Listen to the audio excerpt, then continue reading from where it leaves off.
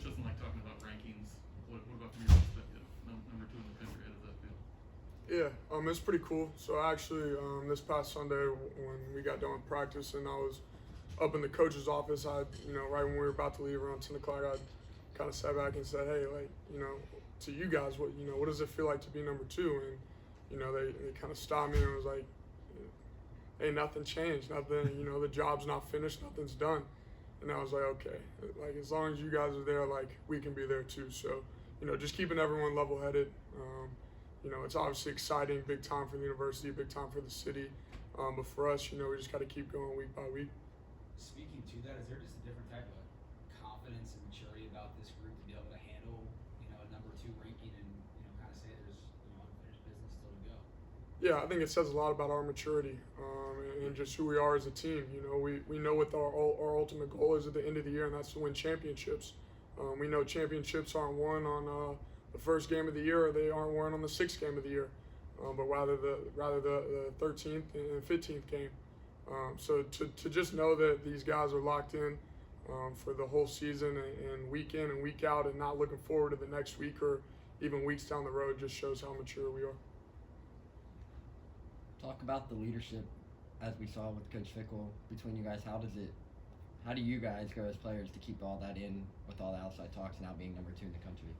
I think it just goes back to routine. Just make sure that each and every player has a specific routine that they do week in and week out.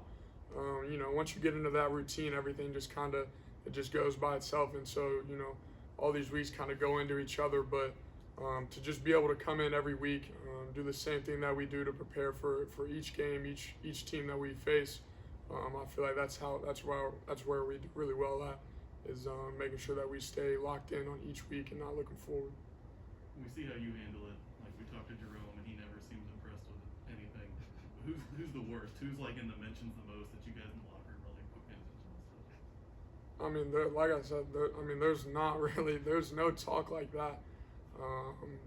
There's no one who's out here who's jumping around in their boots that we're number 2 or, that'll go out on the weekend wearing a number 2 chain or something like. But, there's none of that. So, everyone knows like today's what we call Bloody Tuesday for us. It's Tuesdays and Wednesdays are the heart of our practices. And we know that we got to show up and come in and work for Navy. Sauce has a number 1 chain though, right?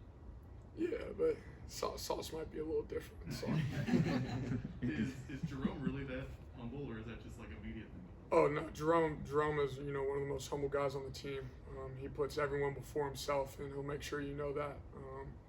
The other day he came in with a 9 for Heisman shirt, and I was just laughing, and he was like, "I got to support my brothers." But no, he's one of the most humble guys, and he gives all of his praise to O-linemen and everyone else. So he's a great guy to be around, a great person, and a great player.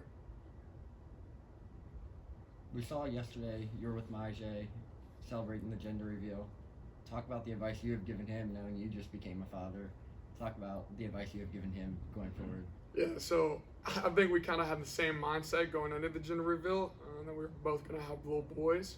I don't want to say disruptive, but soon to come to realize that we were having little girls. But no, I just told him that little girl is going to be his life, his pride and joy. Every time he sees her, she's gonna put a smile on his face. But it was kind of funny in the hotel room. He was having a little bit of argument with his girlfriend, and I was like, just wait. It might get a little worse, but it will get better. Like it will get better. So no, just stay calm, stay poised. But at the end of the day, that it's what's gonna be what's best for him, man. It's gonna make him happy. So nobody's running around on Saturday nights with Will Huber jerseys on, partying? No, they might be running around with Will Huber jerseys, but it's definitely not for our number 2 ranking.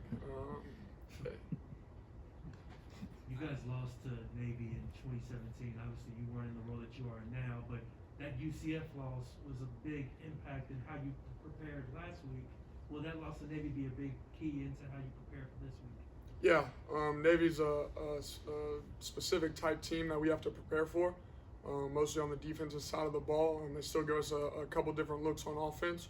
But we know it's a huge week for our defense, and they do a great job.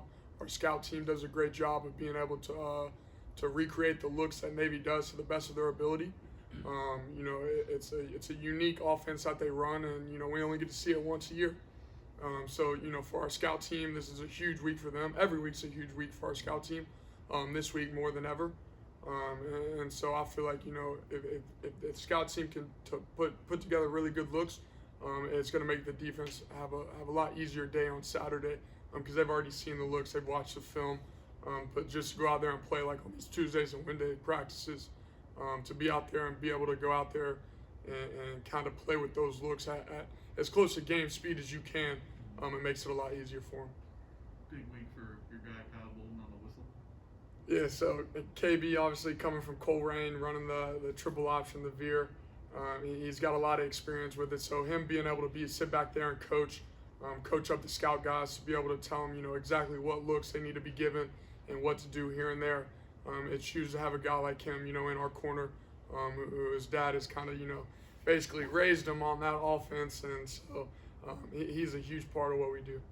You guys have gone on offense, you've gone tempo a little bit more recently. Does playing Navy change that? Because you know sometimes if they have their way, they'll be out there with those long offensive drives on their end. Does that make you guys go slower on your side? Yeah, so, you know, earlier this morning we had a offensive staff meeting, and we talked about, you know, we might see probably, you know, at most 12 possessions. At minimum, we might see 4 to 6 possessions throughout the entire game.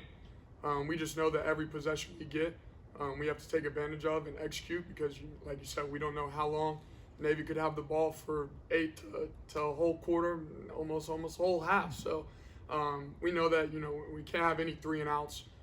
Can't put the defense on the field longer than what they're already going to be on the field.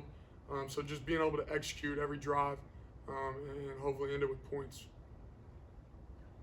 I know you guys are locked in, but can you take a second on Saturday when you walk out there and just see that place sold out and know that, you know, you're a top 5 team and the city's buzzing about you? Do you ever take a second and just kind of step back and enjoy that, or is it just locked in all the time? Yeah, probably right there before we go out onto the field, or right before the coin toss, just sit and look at all the fans.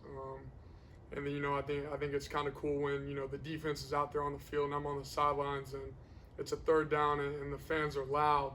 But then, you know, the offense starts taking a little bit longer, and then the fans get even louder. And then, you know, you see Joel DeBlanco and Majay hyping them up, and the fans just get absolutely, crazy loud. And that's really when I sit there and enjoy it. And, you know, I thank all the fans for what they do for us. They push us to play the best we can play week in and week out. So, you know, just keep it going. We love it. Anything else? Is it bittersweet to return to Navy where you won your first bowl game 3 years ago, ranked number 2 in the country?